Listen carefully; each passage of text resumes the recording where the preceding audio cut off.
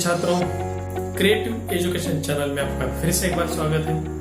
आज हम आपके लिए लेकर आए हैं क्रिया के संबंध में और एक वीडियो। आप लोग जानते हैं कि क्रिया के कई सारे भेद होते हैं, जिनमें से एक भेद है प्रेरणार्थक क्रिया। तो प्रेरणार्थक क्रिया को लेके छात्रों के मन में कई सारे सवाल होते हैं, जैसे कि प्रेरणार्थक क्रिया किसे कहते हैं, प्रेरणार्थक क्रिया के भेद कौन कौन से, और वाक्य में से प्रेरणार्थक क्रिया कैसे पहचाने या उनका सही तरीके से वाक्य में प्रयोग कैसे करें। तो आइए हमारे आज के इस वीडियो में जान लेते हैं प्रेरणार्थक क्रिया के बारे में। सबसे पहले जान लेते हैं प्रेरणार्थक क्रिया किसे कहते हैं। अगर आप कोई भी वाक्य देखेंगे तो आपको पता है उस वाक्य में क्रिया शब्द होता ही है, बगैर क्रिया के कोई वाक्य नहीं होता। जैसे मालिक कार साफ करता है या मालिक नौकर से कार साफ करवाता है। इन दोनों उदाहरणों में करता और करवाता मतलब करना, यह मूल क्रिया है। अब इसमें प्रेरणार्थक क्रिया क्या है इसके बारे में जान लेते हैं। जब कर्ता वाक्य में जो करता है, जैसे कि पहले वाक्य में मालिक वाक्य का करता है, तो कर्ता स्वयं काम न करके किसी औरों को काम करने की प्रेरणा देता है, उस क्रिया को प्रेरणार्थक क्रिया कहा जाता है। इसको हम और आसान तरीके से समझ लेते हैं। जैसे पहले वाक्य में आप देखिए कि मालिक कार साफ करता है, इसमें कार साफ करने की क्रिया मालिक खुद कर रहा है, मतलब कर्ता खुद कर रहा है, इसलिए इसमें कोई प्रेरणा नहीं। लेकिन दूसरे वाक्य में देखिए मालिक नौकर से कार साफ करवाता है। यहाँ पर आप देखिए कि जो कार साफ करने की जो क्रिया है वो कौन कर रहा है, वो मालिक नहीं कर रहा है। अब यहाँ पर वो काम कर रहे हैं नौकर, मालिक उसे सिर्फ प्रेरणा दे रहा है, कार्य की प्रेरणा दे रहा है। तो देखिए बिल्कुल आपके आसानी से समझ में आ जाएगा। पहले वाक्य में मालिक खुद कार्य कर रहा है, मतलब कर्ता खुद कार्य कर रहा है। और दूसरे वाक्य में क्या हो रहा है, देखिए मालिक नौकर से कार साफ करवाता है। इसमें नौकर जो है वो कार साफ करने का काम कर रहे हैं, मालिक उसे सिर्फ कार्य की प्रेरणा देता है। तो प्रेरणार्थक क्रिया में आप ध्यान में रखना है आपको कि कार्य करने की सिर्फ प्रेरणा दी जाती है, उसे ही प्रेरणार्थक क्रिया कहा जाता है। आइए इसे उदाहरण के जरिए हम और आसानी से समझ लेते हैं। मालिक नौकर से कार साफ करवाता है, अध्यापिका छात्र से पाठ पढ़वाती है। उपयुक्त वाक्यों में मालिक तथा अध्यापिका प्रेरणा देने वाली करता है, नौकर तथा छात्र को प्रेरित किया जा रहा है। अतः उपयुक्त वाक्यों में करवाता तथा पढ़वाती प्रेरणार्थक क्रियाएं हैं। प्रेरणार्थक क्रिया के दो रूप होते हैं, जैसे प्रथम प्रेरणार्थक और द्वितीय प्रेरणार्थक।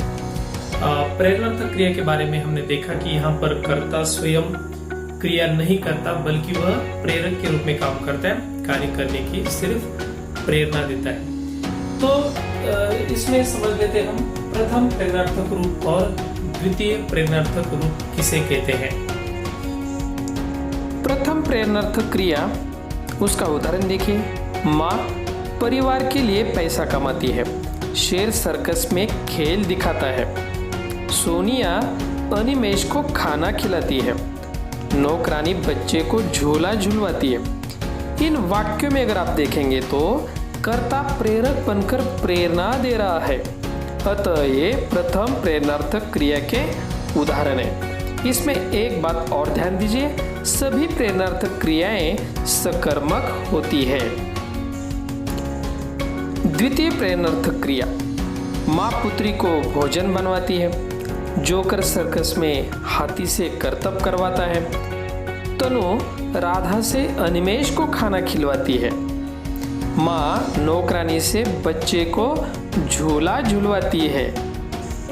इन वाक्यों में कर्ता स्वयं कार्य न करके किसी दूसरे को कार्य करने की प्रेरणा दे रहा है और दूसरे से कार्य करवा रहा है, अतः यहाँ द्वितीय प्रेरणार्थक क्रिया है। जैसे आप देखेंगे कि माँ पुत्री से भोजन बनवाती है, यहाँ पर माँ खुद काम नहीं करती बल्कि वह पुत्री से भोजन बनवाने का काम कर रही है। प्रथम प्रेरणार्थक और द्वितीय प्रेरणार्थक दोनों में क्रियाएं एक ही हो रही है, परंतु उनको करने और करवाने वाले कर्ता अलग अलग हैं। प्रथम प्रेरणार्थक क्रिया प्रत्यक्ष होती है तथा द्वितीय प्रेरणार्थक क्रिया अप्रत्यक्ष होती है।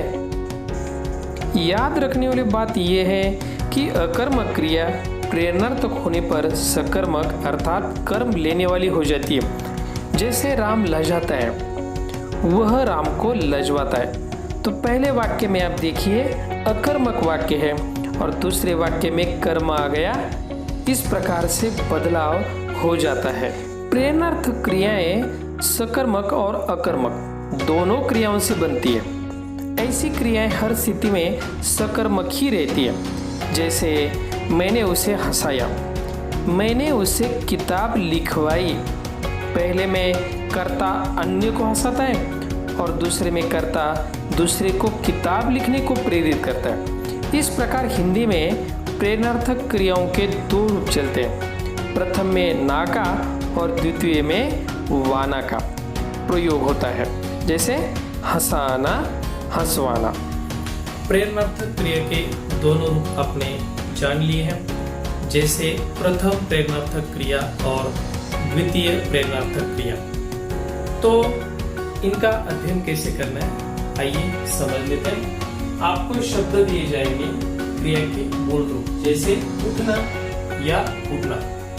इनका आपको प्रथम प्रेरणार्थक और द्वितीय प्रेरणार्थक क्रिया में बदल करना है। जैसे उठना से उठाना, उठवाना, और उड़ना से उड़ाना, उड़वाना। तो ये हो गए प्रथम प्रेरणार्थक रूप और ये द्वितीय प्रेरणार्थक रूप। तो यहाँ पर उठना में उठना से बनेगा उठाना, आना प्रत्यय लग गया, और उठवाना वाना प्रत्यय लग गया तो द्वितीय प्रेरणार्थक रूप बनेगा।